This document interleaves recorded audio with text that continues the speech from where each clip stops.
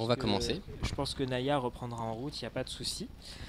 Donc, est-ce que tu pourrais te présenter?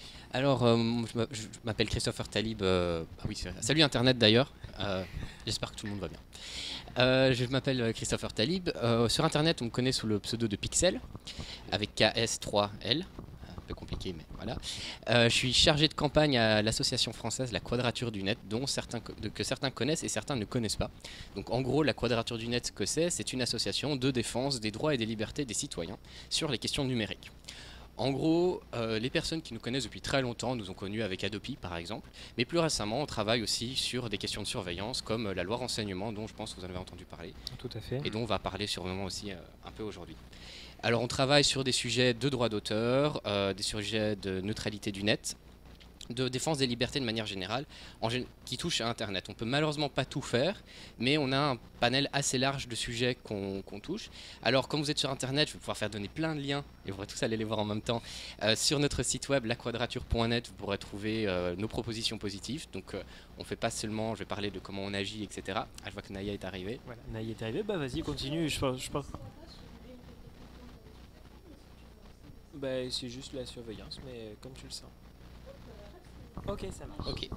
Donc en gros, comment on travaille, c'est qu'on a, la Quadrature du Net. On a un peu de temps, je vais faire ça long. La Quadrature du Net a été créée parce qu'on avait besoin d'une task force. En gros, on avait besoin d'agir sur des questions numériques en tant que citoyen.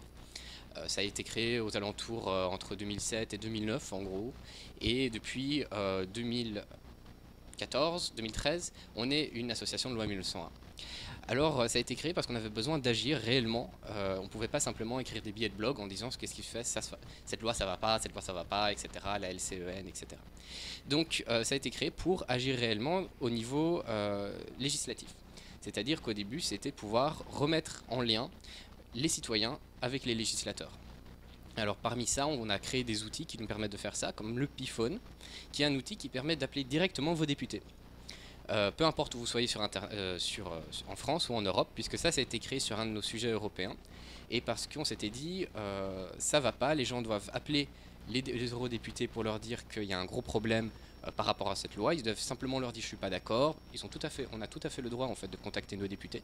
Ce ne sont pas des gens qui vivent dans une autre dimension, c'est des gens comme nous, ils vont au restaurant, ils se lèvent le matin, etc. Et ça permettait d'appeler les députés, et surtout ce qui était important, c'est que ça appelait gratuitement les députés. Parce que c'est vrai, quand on vit à Paris, en France, peut-être même en Belgique, appeler Bruxelles, ça coûte pas trop cher. Par contre, quand on est en Bulgarie, on est au fin fond de la Finlande, à faire un appel international en Europe, ça coûte un peu cher. Et ça peut pas être une barrière pour agir en tant que citoyen sur ces projets de loi. Donc ça, c'est un exemple, c'est le Piphone. Depuis, on a beaucoup plus d'outils qui ont été créés, on a diversifié nos modes d'action. On agit avant les projets de loi avec nos propositions positives, pendant les projets de loi avec le contact aux députés, l'explication de projets de loi complexes, parce qu'un projet de loi en général c'est assez compliqué à lire, et c'est voulu, mais ça se comprend. Enfin, il n'y a rien qu'on ne puisse pas ne pas apprendre en fait dans la vie, donc ça s'apprend, mais tout le monde n'a pas toujours le temps d'apprendre, c'est compréhensible aussi. Donc on explique par exemple des concepts compliqués comme la neutralité du net, comme la surveillance de masse, comment ça nous impacte, comment est-ce que la surveillance de masse se met réellement en place, par exemple dans une loi, parce que finalement ça ressemble à des dystopies, mais c'est jamais aussi simple qu'une dystopie. Comment est-ce qu'un jour, dans un projet de loi, on va dire qu'on va espionner tout le monde? On va pas mettre dans un projet de loi, nous décidons, nous pays X, d'espionner toute la population. Ça, c'est pas possible. C'est pas comme ça que ça se passe. Malheureusement, non. Donc, juste avant de passer sur ce chapitre-là, la Quadrature a été créée à la fois avec un sens d'observatoire et à la fois avec un sens de contre-pouvoir. Oui, en fait, on se disait on est des citoyens et on veut agir sur un certain nombre de sujets qui nous tiennent à cœur et qu'on trouve à l'époque qui n'étaient pas représentés dans l'espace médiatique et au niveau législatif. On se rappelle à l'époque d'Adopi, du pare-feu OpenOffice, etc. Il y a une méconnaissance technique qui existe au sein des députés et au sein du grand public. Et un grand nombre des personnes qui sont membres de la Quadrature du Net, ceux qui l'ont créé, ont des très grandes compétences techniques et des très grandes compétences législatives, ce qui permet de pouvoir faire des analyses très pointues sur des sujets très complexes. D'accord. Donc en fait, l'objectif a vraiment été de pouvoir réussir à remettre en relation à la fois les gens, la technique, mais aussi donc, les politiques, j'utilise un mot valise pour là, mais pour pouvoir réussir déjà à faire un trait d'union, parce que c'est pas forcément que les personnes qui sont de l'autre côté veulent voter une loi, on va espionner la population, mais c'est aussi des fois qu'elles ne se rendent pas compte de quelle petite sous-ligne, alinéa, etc. va ouvrir la porte ensuite à pouvoir continuer à ouvrir en cascade d'autres failles dans les libertés privées. Tout à fait. Et d'ailleurs, j'ai un super exemple pour ça.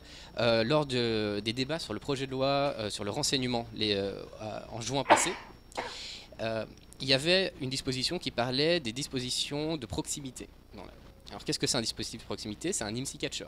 Maintenant, dans le projet de loi de réforme pénale qui va arriver début mi-février, il est mis IMSI catcher et plus dispositif de proximité puisque tout le monde sait ce que c'est.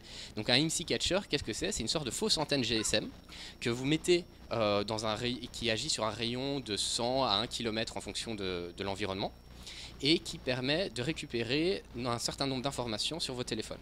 Par exemple, le numéro email, qui est le numéro de votre téléphone, le numéro IMSI, qui est le numéro de votre carte SIM. Donc ça, on peut déjà relier avec, par exemple, les abonnements à vos opérateurs téléphoniques. Et aussi, avec certains modèles de téléphone, avec certains types d'antennes d'IMSI Catcher, on peut récupérer les conversations à partir du moment où elles sont actives. Donc c'est-à-dire, vous êtes connecté à une fausse antenne, vous passez un coup de fil, il y a moyen de récupérer les conversations via ça. Mais ça, c'est un cas très spécifique, c'est pas toujours.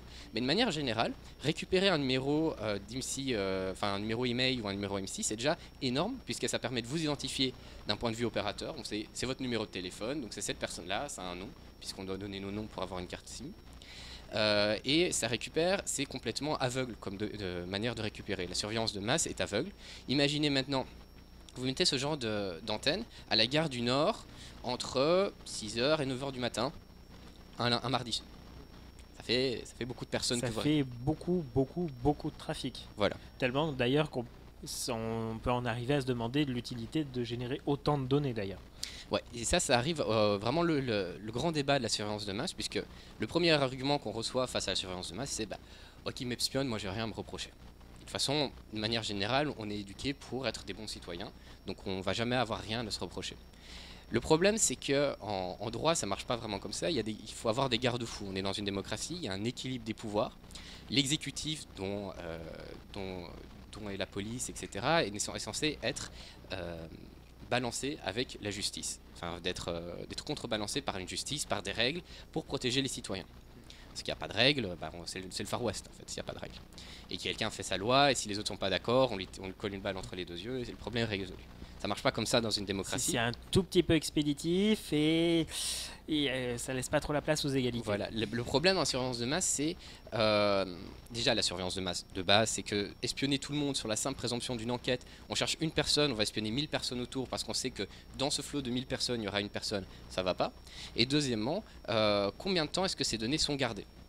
Par exemple, la directive de rétention des données européenne, c'est une directive européenne qui a été faite suite aux attentats de Madrid et de Londres, qui a été votée en 2005, a été votée de nouveau dans un grand moment d'émotion, en se disant « Ah, le terrorisme, etc. Enfin, on va voter un truc, ça va être génial ».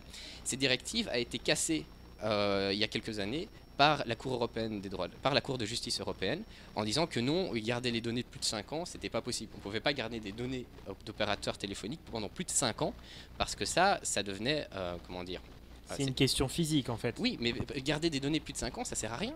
Enfin, en plus, non seulement peut-être ça sert sûrement à quelque chose, les policiers ou les services de justice auront toujours quelque chose un argument là-dessus, mais garder autant de données qui sont des données personnelles pour des raisons sans enquête judiciaire et pendant plusieurs années, ça requiert de l'atteinte à la vie privée, et c'est ce que la Cour a jugé. Et donc, de nouveau, en France, le problème, c'est qu'on n'a pas beaucoup d'intérêt, les politiques françaises ne trouvent pas l'intérêt de suivre les grandes justices européennes, parce que le terrorisme, parce qu'on est la France, et comme on est les pays de droits de l'homme, on fait un peu ce qu'on veut. D'accord. Alors, c'est vrai que c'est un sujet qui est extrêmement complexe, parce que d'un côté, il y a une réelle utilité, c'est-à-dire que quand il y a vraiment une situation d'urgence, ça permet entre autres d'intervenir. Ça a été prouvé à plusieurs reprises récemment. Mais en même temps, l'autre problème, c'est la généralisation du système et surtout, effectivement, c'est la durée. C'est-à-dire c'est au moment que c'est appliqué. Donc en fait, est-ce que la question par rapport à ça est aussi un de ces problèmes pour l'encadrer d'une manière légale, c'est qu'il faut réussir à identifier le contexte dans lequel il faut déployer ces outils, et que la plupart du temps, on va se retrouver avec un contexte qui est qui est pas manichéen. On peut pas appuyer sur oui ou non. Il y a des fois, il y aurait besoin d'avoir l'outil. On l'a pas, c'est compliqué, mais en même temps, le garder actif en permanence, il n'y a pas de pertinence. Alors là, il y a deux problèmes. Premièrement, c'est qu'on ne parle pas d'agir. On parle de renseignement. Le renseignement, c'est le temps -10 d'une action policière ou d'une action militaire. C'est-à-dire qu'on récupère les données et on essaie de savoir ce qui se passe en gros là-dedans. C'est à peu près, c'est quand vous voulez acheter un appartement, vous regardez c'est quoi le quartier, vous regardez les différents types vous regardez votre budget, etc. Vous n'êtes même pas encore dans l'idée que vous allez acheter cet appartement ou pas. Donc il y a eu, je trouve, enfin c'est personnel, qu'il y a une confusion entre on va récupérer les données, ça va nous permettre d'agir, et ce qu'est réellement le travail des services de renseignement. Quand on récupère autant de données, on a pu le voir, comme les États-Unis sont en train de faire marche arrière sur la surveillance de masse, par exemple, suite au Patriot Act. Ça leur a fallu 16 ans, 15 ans même, qu'un Patriot Act, c'est 2001. Et là, ils sont en train de faire marche arrière parce qu'ils se rendent compte qu'ils ont trop de données et qu'avec trop de données, on se noie dans la donnée, on se noie dans le travail et dans l'analyse. Il manque énormément d'analyse derrière, ce qui ne permet pas de faire ça. Et en plus, ça porte réellement atteinte à la vie privée des citoyens. Et c'est pas simplement à la vie privée de nous, en fait, mais aussi dans la manière de vivre. C'est qu'à partir du moment où on se sent espionné, il y a des études scientifiques qui prouvent qu'à partir du moment où on se sent espionné, notre manière d'agir change. On n'est plus aussi, on n'agit plus sur la même liberté d'expression, par exemple. Imaginez, vous faites partie d'un mouvement ou vous faites partie d'une communauté qui serait minoritaire, qui n'est pas la communauté des hommes blancs, plus ou moins athées, plus ou moins catholiques. Est-ce que vous allez dire que vous êtes homosexuel? Est-ce que vous allez dire que vous êtes musulman? Parce que vous savez que vous êtes espionné et que ça pourrait être porté contre vous. Ça, c'est un gros problème de liberté d'expression, par exemple, et de vie dans une démocratie. À partir du moment où on pense que le simple fait d'exister et le simple fait de ce qu'on représente peut nous porter atteinte, on ne vit plus dans une démocratie et on vit dans un système de peur qui n'est pas viable. En fait, à partir du moment, pour le ressenti, la vie d'une personne, juste vraiment une personne, j'essaye je me place du point de vue de quelqu'un de moins informé que je ne le suis. Du point de vue de la vie d'une personne, c'est un petit peu comme à un moment donné, vu qu'on fait partie de tel ou tel type de population ou de personnes ou d'antécédents ou d'activités, d'un coup, le sentiment de protection que la plupart des gens vont ressentir, là par exemple, suite aux attentats, du fait qu'on est protégé justement, à partir du moment où on n'est pas dans la majorité, on passe de on se sent protégé à au contraire, on se sent menacé. Oui, alors j'ai pas envie vraiment de m'étaler sur ces sujets-là parce que c'est pas vraiment sur ce quoi on travaille, enfin réellement sur le sentiment de protection, etc. On travaille vraiment sur des campagnes citoyennes et du travail législatif. Mais enfin, je vais pas laisser ça aux experts non plus, mais je me sens pas en position de vraiment parler de questions de terrorisme et de questions de sécurité nationale. Pour le coup, là, c'était vraiment juste pour contextualiser un tout petit peu le débat, se replacer un petit peu et comprendre pourquoi effectivement c'est important de considérer qu'il y a une utilité, mais qu'en même temps, s'il n'y a pas contre-pouvoir, à un moment donné, il y a débordement. C'est un équilibre, toujours. Tout à fait. Et alors, ce qui est intéressant là-dessus, c'est que la loi renseignement qui a été votée en juin-juillet passé, n'est pas encore tout à fait appliquée, que là, on a encore des nouvelles lois qui vont arriver pour continuer le travail contre la lutte contre le terrorisme et la sécurité nationale. Il y a un moment, il faut peut-être laisser le temps des lois se faire. On est dans une accélération des projets de loi, et projet de loi par projet de loi, on accélère, les mesures ne sont pas mises en place, puis on dit qu'on fait rien, donc on va faire un nouveau projet de loi, et on a un empilement de plus d'une vingtaine de lois en une vingtaine d'années. C'est presque un projet de loi et demi par an depuis 20 ans en France sur le terrorisme. Enfin, il faut quand même se poser la question à quel moment est-ce que c'est vraiment nécessaire, est-ce que ces projets de loi ont bien été appliqués. Et la position de la Quadrature du Net suite aux attentats du 13 novembre, c'était de demander une commission parlementaire d'enquête, mais transparente, parce qu'on sent arriver la commission d'enquête circuler, il n'y a rien à voir, sur par exemple l'application des 2 dernières lois antiterroristes, c'est-à-dire la loi de terrorisme de novembre 2014 et la loi renseignement, pour savoir qu'est-ce qui a été mis en place, qu'est-ce qui a marché, qu'est-ce qui n'a pas marché et pourquoi ça n'a pas marché. Parce qu'on ne peut pas continuer à répéter de manière à s'attendre aux mêmes résultats en faisant les mêmes choses, parce que ça, c'est ce qu'Einstein appelait la folie. D'accord. Loïc, en fait, on a ces lois qui sont posées du coup avec un côté intrusion, un côté surveillance. Éventuellement, ce qu'on pourrait se dire, c'est on peut avoir des garde-fous qui permettent justement, ok, on a cette possibilité d'aller espionner, mais aussi en interne, on a mis en place un contre. Tu parlais de contre-pouvoir tout à l'heure, qui peut être représenté soit par des associations ou éventuellement, j'allais dire, soit par un comité.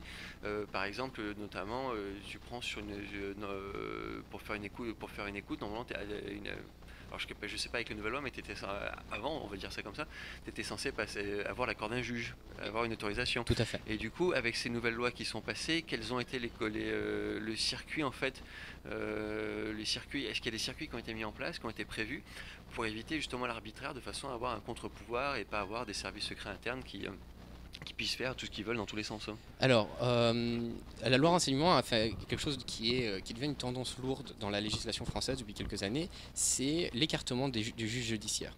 En gros, en France, on a deux systèmes, enfin à peu près deux systèmes juridiques, l'un à côté de l'autre. La justice administrative qui ne relève qui relève de l'exécutif et qui s'occupe de voir si les choses sont bien appliquées.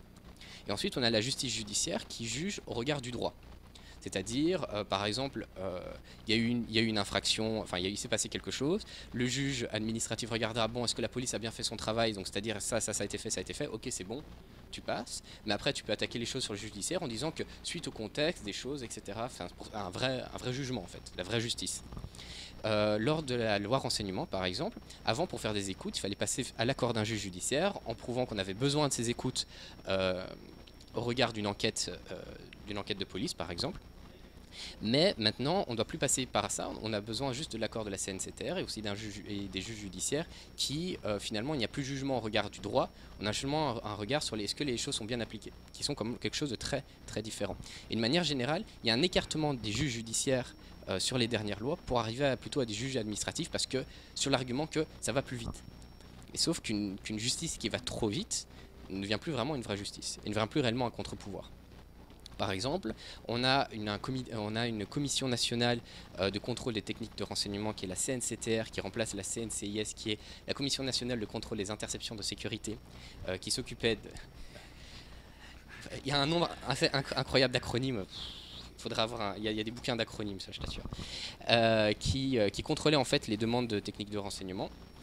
Par exemple pour une écoute, c'était la CNCIS, maintenant c'est la CNCTR, mais la CNCTR n'a pas d'avis coercitif, c'est-à-dire si elle dit non, si finalement on considère que ça va, c'est oui, ou si c'est la personne qui a le dernier mot, c'est le Premier ministre, si le Premier ministre dit oui, bah c'est oui.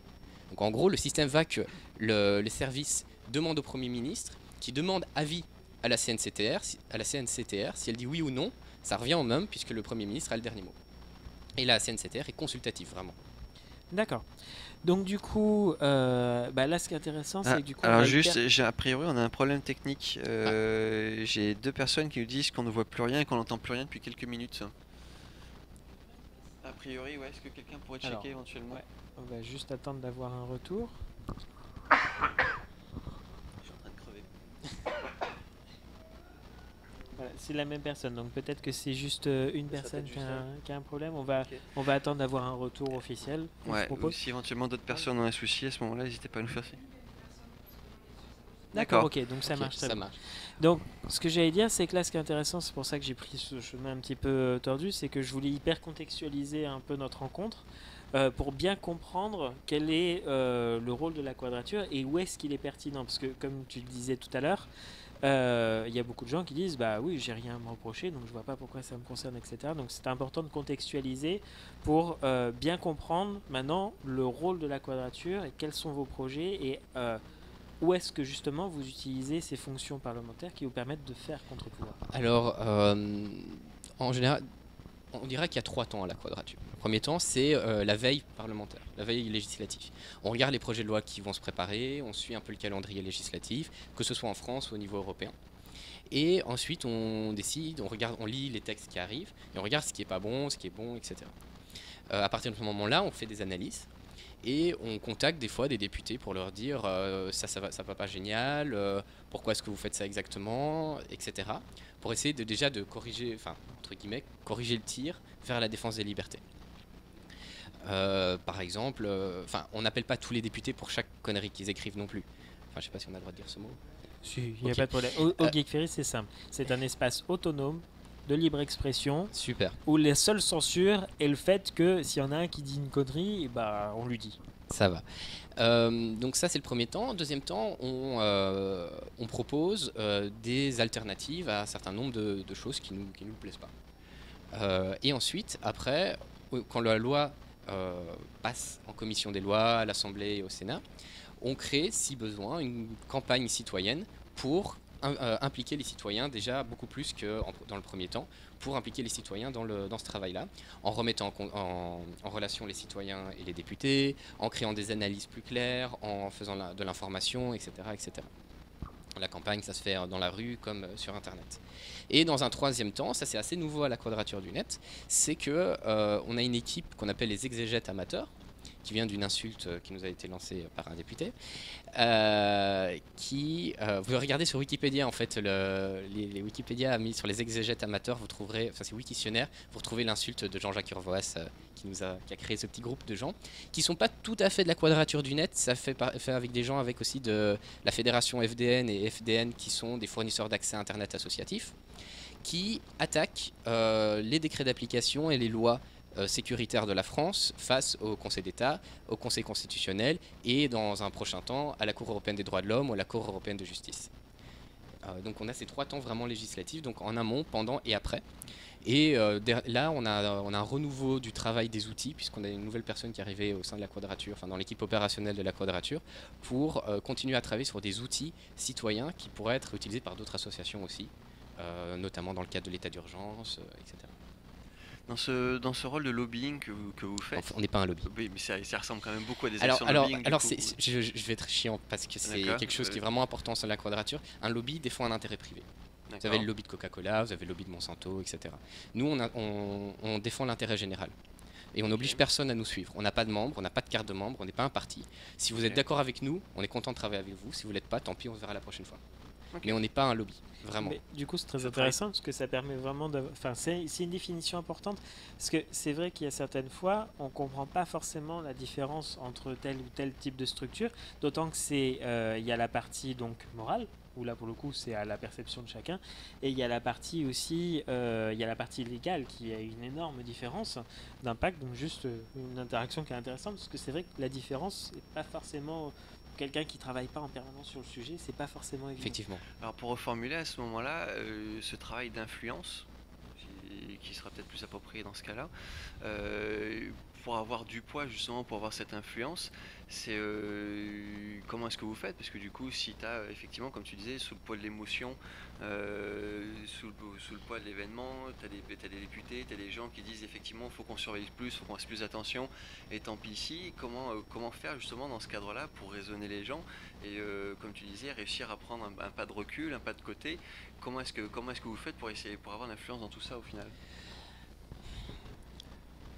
Je vais raconter ce qui s'est passé après le 13 novembre. Le 13 novembre, on est les membres, l'équipe opérationnelle et le CA de la Quadrature, on était tous à des endroits un peu différents, mais on était à peu près tous sur Paris. Le 14 novembre, on s'appelle plus ou moins, on s'envoie un mail pour dire bon, qu'est-ce qu'on fait? Parce que on a eu Charlie Hebdo, après Charlie Hebdo c'était déjà assez difficile, et les attentats d'Hypercacher c'était assez difficile le retour qu'on a eu, parce qu'on avait dit qu'il fallait faire attention que la France ne glisse pas vers le sécuritaire. Et là on était déjà dans un autre milieu, dans un autre moment, et on s'est dit on va attendre, on va se voir dimanche soir, et on va s'asseoir, on va prendre un thé, un café, et on va discuter. Et c'est ce qu'on a fait. On a décidé de prendre le temps de réfléchir, de voir ce qu'on allait faire dans ce cadre-là, et la seule position qui nous avait semblé être on va dire la plus sage selon nous, c'était de demander une commission parlementaire transparente, parce qu'il n'y avait pas d'autre chose à faire à ce moment-là. Parce qu'il y avait l'état d'urgence, on était beaucoup sous le coup de l'émotion, certaines personnes qu'on connaissait très proches étaient sous les tables d'un bar autour du Bataclan, etc. Donc ça nous a pas mal touché. Et donc on s'est posé la question là-dessus. Après, il faut savoir, dans le comité d'administration de la Quadrature du Net, j'aime pas utiliser cette expression, mais il n'y a pas des bleus. Il y a Philippe Aigrin qui a une longue expérience en termes de travail législatif et de mobilisation. Il y a Félix Reger, il y a Jérémy Zimmerman, il y a des gens qui ont l'habitude, ils sont là depuis un long moment pour le travail, dans le travail militant, activiste, sur différents sujets, et qui prennent pas toujours les meilleures décisions, mais prennent des décisions qui nous permettent d'avancer.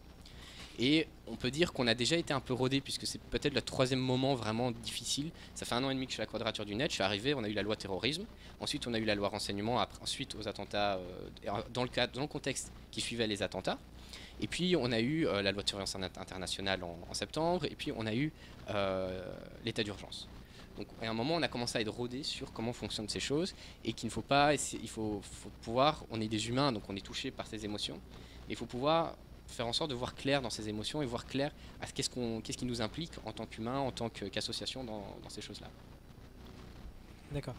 Donc là, ce que je vois aussi, c'est que c'est vrai que tu parlais des émotions sur le coup, et c'est vrai que il y a vraiment, enfin voilà, il y a vraiment tout le monde a accusé le coup, tout simplement. C'est vrai que nous, pour les attentats du 13 novembre, il y a une particularité, c'est que c'est clair que quand la liste malheureuse des victimes est parue, on s'est dit, bon bah ok, potentiellement, c'était nous. On s'est tous sentis concernés, particulièrement Public Geek Ferries, où là, pour le coup, voilà, ce qui s'est passé au Bataclan. Voilà. Et la particularité, c'est qu'effectivement, sous le coup des émotions, il n'y a qu'une chose, il n'y a qu'une réaction à avoir, c'est on va les avoir, ceux qu'on fait ça. Et c'est vrai qu'à ce moment-là, je dirais que c'est important aussi de savoir qu'il y a des personnes qui prennent, d'un point de vue moral, en main le fait de dire, nous, même si c'est dur, de toute façon, on va protéger. Parce qu'à un moment donné, tout le monde a besoin de pouvoir se laisser aller à ses émotions. Mais c'est important de savoir qu'il y en a des qui veillent là-dessus. Tout à fait. Alors, enfin, ce débat, c'est un débat très long et très complexe. Enfin, la lutte contre le terrorisme, c'est quelque chose de très compliqué. Il y a des gens qui s'expriment là-dessus sur Internet, et il y en a qui sont intéressants, il y en a qui le sont moins. Enfin, chacun fait son choix là-dessus. Moi, ce que j'aimerais, c'est que dans mon poste à la Quadrature, je travaille beaucoup avec des bénévoles et avec qui on crée des projets, etc. Enfin, c'est une grande partie de l'action de la Quadrature est due à l'action bénévole. Que ce soit dans le recensement des députés. Hier, on s'est dit on a besoin de faire un recensement des permanences des députés. On a ouvert un pad. En 2 heures, c'était fait. Tous les députés de France et d'outre-mer. L'action participative, de toute façon, permet une analyse de la donnée. Mais c'est vous savez, enfin, je parle à Internet aussi. C'est vraiment impressionnant en fait. Parce qu'on se dit pourquoi est-ce que les gens voudraient travailler avec nous, qu'est-ce qui fait que eux veulent travailler avec nous, pourquoi pas Wikipédia, pourquoi pas un autre collectif, etc. Et quand on voit les gens qui y croient et qui travaillent pour ça, ça fait vraiment chaud au cœur. Quand on a pu voir, on a fini notre campagne de dons, on a fait notre campagne de dons pendant novembre, et donc les attentats ont un peu calmé les choses. À ce moment-là, nous, on n'avait pas la force de communiquer et de dire aux gens ouais, il faut que vous nous donniez de l'argent, sinon il faut continuer, etc. Mais les gens autour l'ont fait. Ils en ont fait pour nous presque, et ce qui fait que nous on peut encore continuer à remplir presque pour 1 an et demi, pour une année confortable. Et je voulais savoir s'il y avait des questions en fait aussi sur le chat. Il y a une question qui vient de sortir justement sur la dernière campagne de soutien que vous avez fait. Du coup, quel est le bilan que vous avez fait, quel est le bilan que tu en fais toi? Alors on nous pose beaucoup cette question parce que la campagne de l'année précédente, la campagne de 2014, a été une catastrophe. On a dû dire que écoutez les gens, si on n'a pas 250 000 € dans 3 jours, on ferme. Et on a eu 250 000 € en 3 jours. Pas mal. Je tiens à dire, même si ça n'a pas beaucoup d'impact, que on a participé, on a relayé, Merci beaucoup. On a fait ce qu'on a pu aussi, mais c'est vrai que ça a été un coup de fouet, cette histoire. Ça a été un coup de fouet parce que c'est bien de savoir que quelqu'un veille, mais c'est vrai qu'il faut y penser aussi des fois. Voilà. Et alors cette année, on n'a pas eu besoin d'appeler à l'aide. On a dit écoutez, on commence notre campagne de dons. On a fait visuel là, c'est rigolo. On a fait un quadrapéro qu'on a filmé. Enfin, on parlait de nos actions à la Quadrature. On a permis d'intervenir à un pas mal nombre de personnes qui étaient hors de la Quadrature, que ce soit des gens des syndicats des magistrats, etc. C'est sur YouTube, sur le channel de la Quadrature, vous les trouverez. Et cette année, ça s'est bien passé. Donc le bilan est que la campagne de dons s'est très bien passée. On a sorti un communiqué de presse là-dessus, donc vous pourrez le retrouver sur notre site. Et que je tiens aussi encore à remercier vraiment toutes les personnes qui ont été là et qui ont permis que la campagne fonctionne. Parce qu'une campagne qui fonctionne bien, c'est pas parce que on a une bonne communication, qu'on a des bons arguments, etc. Tu peux avoir tout ça, ça peut ne pas marcher, ça peut faire un méga flop. Tu peux avoir les meilleurs designers du monde, les meilleurs communicants du monde, ça peut ne pas marcher. Ce qui a marché, c'est que les gens ont fait campagne avec nous. Ils se sont dit moi la Quadrature c'est important pour moi et je vais en parler autour de moi, qui vont en parler autour de moi, etc. C'est vraiment on s'est senti qu'on faisait partie du prisme militants français. L'impact du coup de 2014, j'ai pas envie de dire coup de gueule, mais le coup de nerf, enfin voilà, c'est un moment, il faut que ça bouffe, il faut que ça se débloque, sinon là ça va pas aller, a permis, je crois, une vraie prise de conscience pour un certain nombre de personnes, et a permis aussi, mais ça c'est le côté aussi des financements participatifs, c'est cet esprit d'un coup, quand on se pose la question de qu'est-ce qu'on peut faire, bah, c'est vrai qu'il y a un moment donné, c'est des dialogues qui ont été énormément repris, parfois très commercialement, alors qu'en fait, participer, même en donnant de l'argent, bah, des fois, ça a réellement un impact. Et c'est vrai que je crois que vraiment ce qui s'est passé en 2014, ça a permis à toute une communauté de reprendre conscience de l'impact qu'il pouvait avoir là-dessus. Parce qu'il y a des gens qui étaient OK pour investir le temps que le citoyen d'Internet lambda n'a pas. Investir ce temps pour pouvoir réussir à le faire à sa place, c'est pas un service. Mais c'est juste qu'il faut lui en donner les moyens. Et c'est vrai que je crois qu'il y a vraiment une prise de conscience par rapport à cet outil-là, et qu'on voit aussi souvent sur des projets qui sont indépendants, qui sont donc autofinancés, etc. Et sans cette prise de conscience, des fois le déclic il peine à se faire. Et c'est rassurant qu'après le coup de nerf qu'il y a eu en 2014, que ça soit devenu pérenne, en tout cas pour 2015. On verra. Alors, pareillement, on s'est dit, il y a eu le coup de nerf 2014, les gens ne voudront plus donner en 2015. Il faut savoir que le financement de la Quadrature est à plus de 50% financement de dons individuels. Donc c'est vraiment le don des citoyens qui fonctionne. Autrement, on doit se pencher vers des fondations qui ne sont pas toujours très claires. Donc on a ça qui avait démarré, qui avait permis de kickstarter la Quadrature au départ et qui diminue de plus en plus. Et c'est ça qui fait gagner notre indépendance. On dit, parce qu'en général, c'est vrai qu'on ne mord pas à la main qui nous donne à manger. Mais à un moment, il faut pouvoir vivre, il faut regarder qui veut nous donner à manger. Mais si les gens qui nous donnent à manger sont des citoyens, et parce qu'ils croient à notre action, mais on sait pour qui on travaille et on sait pourquoi on travaille aussi. Est-ce qu'il y a d'autres questions ? Pas pour l'instant. Ok, cool. Alors, pour parler de l'action, justement, c'est pour s'investir dans la Quadrature, etc. Il y a vraiment plein de manières à faire. Donc, j'appelle à Internet. Si vous voulez participer et que vous pouvez pas le faire monétairement, et je pense que pour le moment monétairement on va plutôt bien, donc je vous pousserai plutôt à donner à d'autres associations, que ce soit l'April, que ce soit Framasoft, que ce soit Nos Oignons par exemple, mais par exemple si vous voulez agir plus ou moins, il y a vraiment plein de trucs à faire à la Quadrature. On a un wiki qui a toujours besoin de travail, on a une team de traduction qui fait les traductions pour nos communiqués de presse et nos documents qui fonctionnent super bien, et si vous parlez français et anglais, les deux parfaitement, vous serez les bienvenus.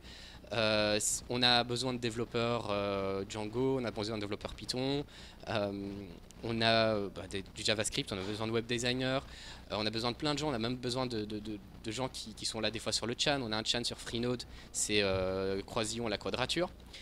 Si vous avez des questions, n'hésitez pas à vraiment envoyer un mail à contact@laquadrature.net, c'est moi qui répondrai à vos mails. Donc vous avez plein de questions, n'hésitez pas. Donc voilà, il y a plein de choses à faire. Et c'est ça qui est génial aussi. D'accord, donc du coup, la Quadrature, il y a plusieurs manières de s'y impliquer. Il y a déjà des équipes qui sont bien en place, de toute façon. Donc je pense que l'accueil est forcément chaleureux. Voilà, donc maintenant, sur quoi est-ce que vous êtes, qu'est-ce que vous allez appliquer là ? Ah, le futur. Le futur, ça y est. Alors c'est ça que je pensais commencer avec ça. Alors on a 3 projets de loi pour le moment qui nous intéressent. On a le projet de loi numérique qui fait suite à la consultation République numérique dont certains ont vu passer, et même j'imagine que certains ont participé à cette consultation.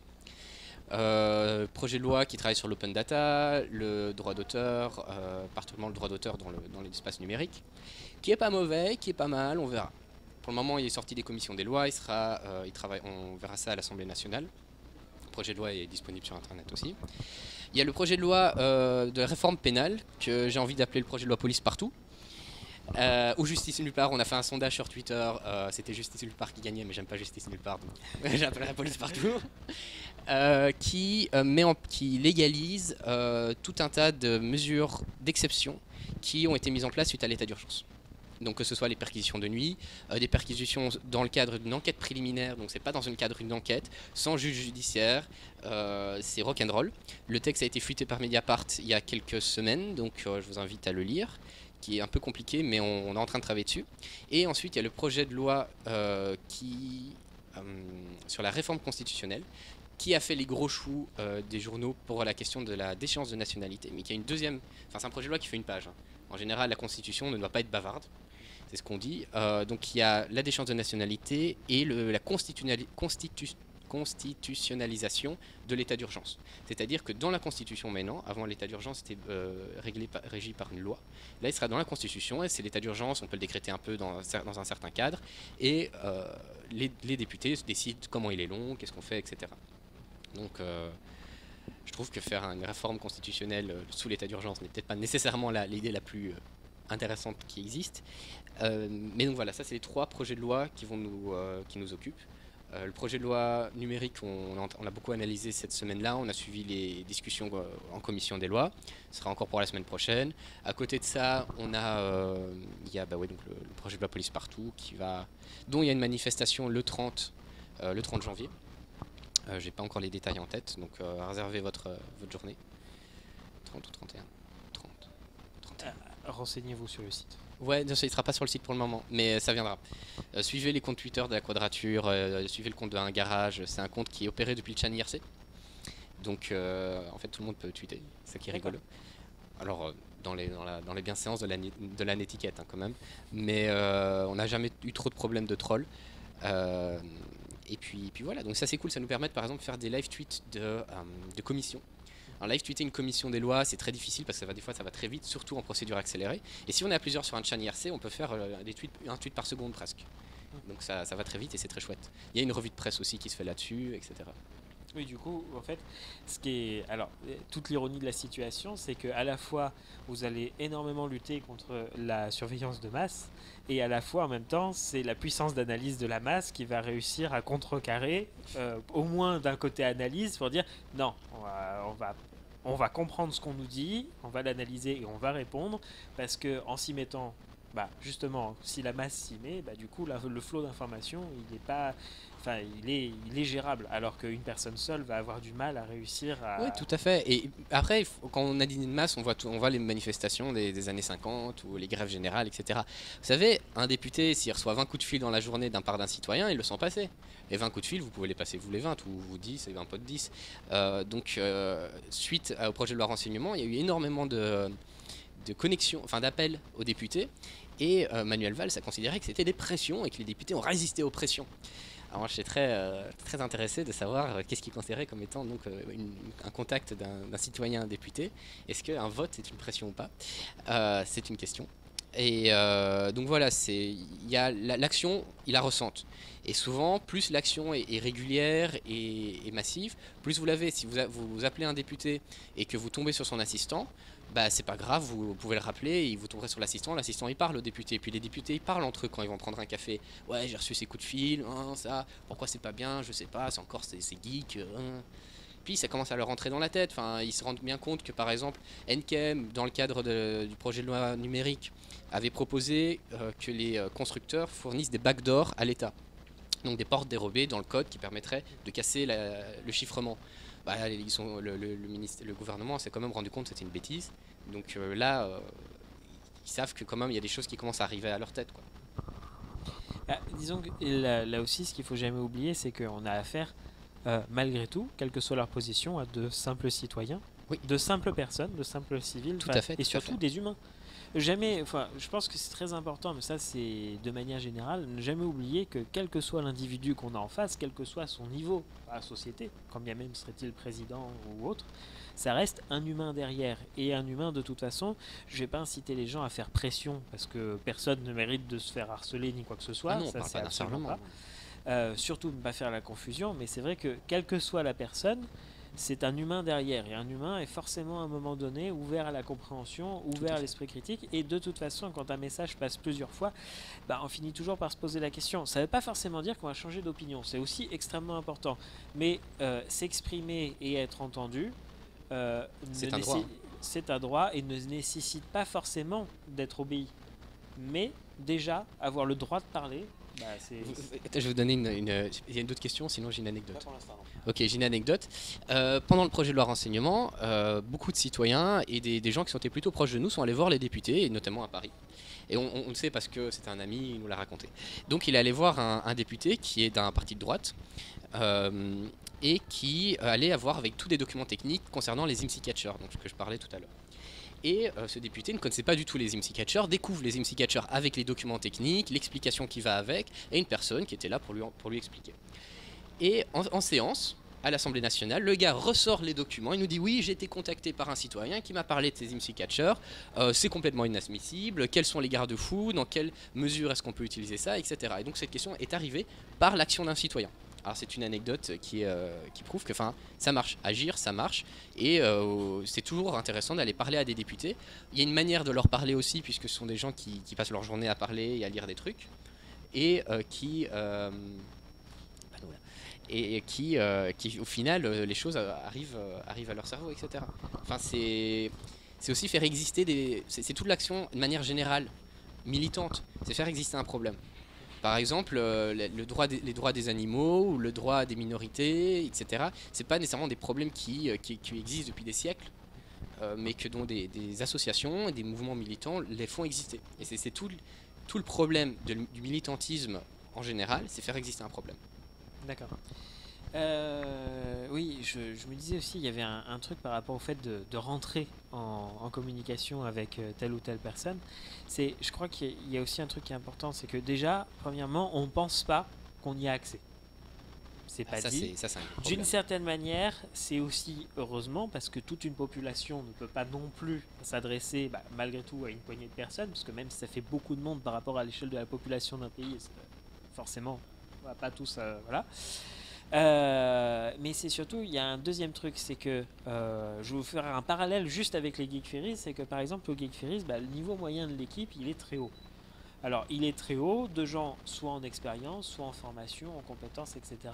Mais c'est surtout, il est très haut en fait dans les personnes qui s'impliquent, ce sont des gens qui s'impliquent. Et moi je vais vous donner juste un exemple personnel, c'est que au Geek Ferries, l'édition IRL, avec tous les idéaux, l'état d'esprit, etc., qu'on va porter toute l'année, ma première peur panique, c'est que les poubelles soient vidées. D'accord. Bah oui, c'est qu'un exemple parmi d'autres dans les trucs. Voilà. Mais ce qui est intéressant, c'est toujours se dire, c'est que pris dans un contexte, alors qu'à ce moment-là, cette année c'était 7400 personnes, les Geek Ferries, moi ma priorité c'était de faire en sorte que le festival il soit propre, c'était pas de défendre mes idées, de savoir qu'est-ce qui se disait, parce que je pouvais pas savoir ce qui se disait sur les scènes de conférence. Enfin, ça remet le débat sur la surveillance aussi, parce que moi-même je ne sais pas ce qui se dit dans ce que j'organise. Là, actuellement, je ne sais pas ce qui se dit sur les autres flux. Et à ce moment-là, à l'IRL, je dis, mais moi je suis en train de courir après le sac poubelle. J'ai besoin de deux choses. Premièrement, de faire confiance aux personnes qui participent, parce que du coup je les connais, j'apprends qui c'est, etc. Et la deuxième, c'est que je prends conscience d'un truc. C'est que quel que soit mon niveau, c'est-à-dire organisateur, quel que soit mon niveau dans cette échelle-là, je n'aurai pas accès à toutes les informations. Et donc, l'important c'est de se dire que toutes les personnes du système politique sont dans le même cas. C'est qu'on se dit, c'est des personnes assises dans des bureaux qui parlent et puis qui foutent rien de la journée, qui sont payées cher. C'est pas tout à fait exactement comme ça que ça se passe. Pas vraiment, malheureusement. Enfin, ça dépend pour qui, mais... Voilà, on va prendre quand même la majorité positive, on va dire. Ouais, voilà. C'est aussi des gens qui vont passer toute leur journée à avoir leur propre troll, leur problème de famille, leur gosse qui est malade. C'est la voiture qui est au garage. C'est aussi des personnes qui, de toute façon, en plus au niveau du travail, de toute façon, de base, avoir trop d'informations, ils n'ont pas une information ciblée non plus, et ils n'ont pas forcément le temps de s'en préoccuper. Donc c'est vrai que si on peut rentrer en contact avec des personnes, il ne s'agit pas de leur laver le cerveau, mais des fois il s'agit aussi de leur attirer l'attention sur un sujet qu'on a déjà pré-mâché. C'est-à-dire que donner les informations sans jugement, comme là, juste prendre l'appareil et expliquer comment est-ce qu'il va fonctionner, la personne, elle n'a plus qu'à faire un choix en interrogeant sa morale, en voyant que la personne en face lui dit les points positifs et négatifs, quelque chose d'objectif, et elle tombe devant l'évidence de son propre jugement. Et après, chacun a un jugement qui peut être différent, mais après, à ce moment-là, en tout cas, il y a au moins un processus de compréhension ciblé, où on vient avec un problème, s'adresser à une personne qui n'a pas le temps de se poser dessus, mais par contre qui a le temps de poser un avis. Et à partir du moment où cette personne a la possibilité de poser un avis, alors elle peut agir. Ouais. Et donc c'est vrai que si on s'adresse à un député pour régler un problème, il a aussi besoin juste qu'on lui dise tu t'es pas rendu compte, mais là ça coince. Oui, c'est comme tu disais tout à l'heure, faut pas oublier que ce sont des humains et prendre ça en compte. Mais après, on est tous citoyens et on fait valoir un certain nombre de droits par rapport à des intérêts privés. Donc voilà, comme je disais tout à l'heure. Et ce qui est compliqué, du coup, quand même, c'est que on prend, comme tu le disais tout à l'heure, en fait, nos députés ne sont pas des experts. Il faut savoir comment fonctionne une machine, ils ne le savent pas forcément, et ils n'ont pas forcément le temps de lire profondément tous les articles de loi, de les comprendre non plus. Alors, tu sais, pire que ça, c'est que dernièrement, beaucoup de lois sont passées en procédure accélérée. C'est-à-dire qu'il n'y a pas de navette parlementaire entre l'Assemblée nationale et le Sénat. Dans une procédure normale, donc j'ai fait un petit topo pour les personnes qui sont pas dans qui suivent pas ça trop près. Donc il y a les commissions des lois ou de défense, enfin une commission des lois, puis là une commission en fonction du type de projet de loi. Ensuite, il y a l'Assemblée nationale, le Sénat, les commissions avant le Sénat, puis le Sénat. Puis normalement, ça repart à l'Assemblée nationale, puis au Sénat. Et puis, non, je crois que ça s'arrête à une ou deux allers-retours, ce qu'on appelle la navette parlementaire. Puis ça passe en commission mixte paritaire, puis c'est promulgué, etc. Dans le cadre donc justement, il n'y a pas de commission mixte paritaire dans un processus normal, puisque normalement, le consensus est arrivé entre les deux assemblées. Sauf que dans une procédure accélérée, il n'y a pas de navette parlementaire. C'est-à-dire que ça va directement de l'Assemblée au Sénat en commission mixte paritaire, qui est en gros une commission à huis clos, on rassemble 10 sénateurs, 10 députés, et qui doivent arriver à un accord sur le texte.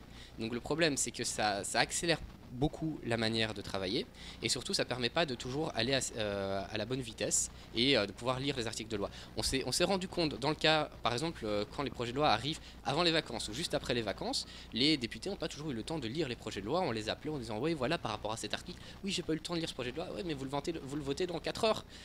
Donc c'est peut-être un problème. Faut savoir, ce projet de loi renseignement, c'était un peu la fête du slip, puisqu'il y a eu des amendements qui arrivaient en session à l'Assemblée nationale de la part du gouvernement. Il a le droit de faire ça, mais c'est pas très sympa, puisque en fait, en gros, les députés sont en train de voter des amendements qui n'ont pas encore eu le temps de lire. Donc ça, ils étaient moyennement contents, les députés. Et je dois avouer, faut le savoir, sur la commission des lois sur le projet de loi numérique la semaine passée, beaucoup de députés râlaient parce qu'ils n'avaient pas eu le temps d'examiner vraiment les amendements en commission, en discutant, parce qu'il fallait en procédure accélérée, on avait déjà la date du débat à l'Assemblée, il fallait aller vite. Et ça, c'est un problème. C'est qu'on va beaucoup dans la procédure accélérée parce que, comme disait Valls, pendant le vote de la loi d'état d'urgence, pas de juridisme. Le mot est dit. Voilà. Donc du coup, on s'approche du mot de la fin, c'est-à-dire Ouais. qu'il est 52. Donc après, j'avoue, j'ai un trou dans le programme. Il me semble qu'on va laisser la place après une session d'hypnose avec Fraise. Donc explication et démonstration. Stylé. Donc voilà, du coup, on s'approche du mot de la fin. D'accord. Qu'est-ce que nos discours, etc., ne t'ont pas permis de dire? Qu'est-ce qui manque? Qu'est-ce qui manque? Ah, je sais pas. C'est bien, les geeks. Non, mais Merci de m'avoir fait venir. Ouais, je répète, donc des questions, c'est contact@laquadrature.net. Tous les membres de la Quadrature ont à peu près un compte sur Twitter, donc vous pouvez nous retrouver là-dessus. Je serais très content de discuter avec vous sur notre chaîne à partir de lundi. Je suis en week-end aussi. Et puis voilà. Il donc, n'y a rien de trop compliqué dans la vie. C'est juste assez. Donc en tout cas, nous on vous remercie beaucoup du coup. Bon, je dis le nous pour et le vous au sens Geek Ferries et Quadrature, etc. De vous être mobilisés du coup pour participer au Geek Ferries on the Web. C'est vrai que nous du coup c'est une lutte technique, etc. C'est-à-dire que on est aussi totalement autofinancé. C'est les gens qui achètent leur billet d'entrée ou là peuvent acheter un pack de soutien qui est sur la boutique. On compte pas dessus pour financer l'événement, etc. Mais en tout cas, c'est un investissement personnel de temps, de financier, même je vais le dire, de santé, vu l'épreuve physique que ça représente, de la part de toute l'équipe des Geek Ferries de pouvoir réussir à donner lieu à un espace de libre expression ici. Donc il faut savoir qu'ici, on est sur des serveurs autonomes, que tout a été redéveloppé avec des outils qui sont au maximum libres de droit, open source, etc. Super. Voilà, donc là par exemple, ceux qui peuvent avoir des problèmes avec le player, c'est simple, on est passé au HTML5, on n'utilise plus Flash, voilà. Bon Super. voilà, avec tous les problèmes, les incompatibilités qu'il peut y avoir, mais bon, nous on se débat pour que ça soit comme ça que ça se passe. Donc du coup, à chaque fois, c'est vraiment, pour nous, c'est pas au-delà d'un plaisir ou d'un honneur, c'est surtout, c'est une reconnaissance aussi, de pouvoir réussir à échanger avec d'autres acteurs du milieu qui vont aussi faire le choix à chaque fois de l'indépendance, d'être autonome, d'être transparent, etc. Donc nous, du coup, on est très heureux d'avoir pu du coup faire profiter aussi de cet espace de libre expression à ceux qui ont toujours besoin de faire passer un message. Donc, c'est le plus important, parce que de toute façon, pour avoir un impact, pour faire la différence et être reconnu aussi, il faut absolument que vous ayez du temps de parole. C'est bête, mais c'est comme ça que ça marche. Voilà, et donc nous, on est content de pouvoir réussir à participer à ça. Et donc du coup, si jamais vous avez le temps, début juin, on a la version IRL des Geek Ferries où là, c'est la même, sauf que les gens sont sur place, ils sont motivés, ils sont là pour réfléchir. Et c'est vrai qu'on peut facilement se donner l'image du fait qu'un festival, c'est forcément un lieu où on s'amuse, etc. La réponse, c'est oui, parce que si on s'amuse pas et qu'on vient pas avec en tête le fait qu'on va s'amuser, potentiellement, on va pas passer un bon week-end, ça c'est sûr. Mais en fait... je suis content de voir qu'il y a des festivals de geeks qui sont pas des festivals où on perd son argent. Enfin, je suis un geek, je viens des milieux des fandoms aussi, et les festivals où j'ai pas eu l'occasion d'aller, il y avait rien en dessous de 20 euros. Bon. Voilà, nous on a toujours mis en avant le fait que c'était des créateurs. On a 2 boutiques et c'est des archi-passionnés qui sont indépendants, c'est pas des franchisés, etc., qui sont des indépendants. Et puis ok, ils vendent les goodies au même prix que les autres parce que c'est des produits, mais n'empêche que quand c'est vendu par quelqu'un, c'est local quoi. C'est surtout que c'est quelqu'un qui est passionné par ce qu'il fait. Et nous, les Geek Ferries, c'est pas un endroit qui est géographiquement situé. Il y a un endroit, c'est le château de Celles-sur-Cher, voilà, certes, c'est l'endroit qui nous accueille, mais c'est un serveur IRL et tout le monde se connecte géographiquement. Voilà, c'est-à-dire qu'on serait à Reims, à Toulouse, à Nice ou je sais pas en Charente, ça fait pas de différence pour nous. Nous, on invite les gens à se rassembler pour pouvoir parler, discuter. Donc s'amuser n'a jamais été contradictoire avec le fait de réfléchir et de débattre. Tout à fait. Voilà. Et donc du coup, si vous voulez vous joindre, il y aura largement la place. Comme d'habitude, vous envoyez un mail et on verra en fonction du calendrier. Mais, voilà. Mais ce sera avec plaisir. Voilà. Mais du coup, on va laisser la place à la suite. Merci beaucoup. Merci à vous. Merci Internet. Portez-vous bien. Voilà. Et donc du coup, dans les semaines qui viendront, comme d'habitude, on essaiera de publier les replays. Voilà. Super. Voilà. Impeccable. Merci beaucoup. Je te souhaite une bonne journée. À toi aussi. Voilà. Toi aussi. Et Internet aussi. Voilà. À bientôt.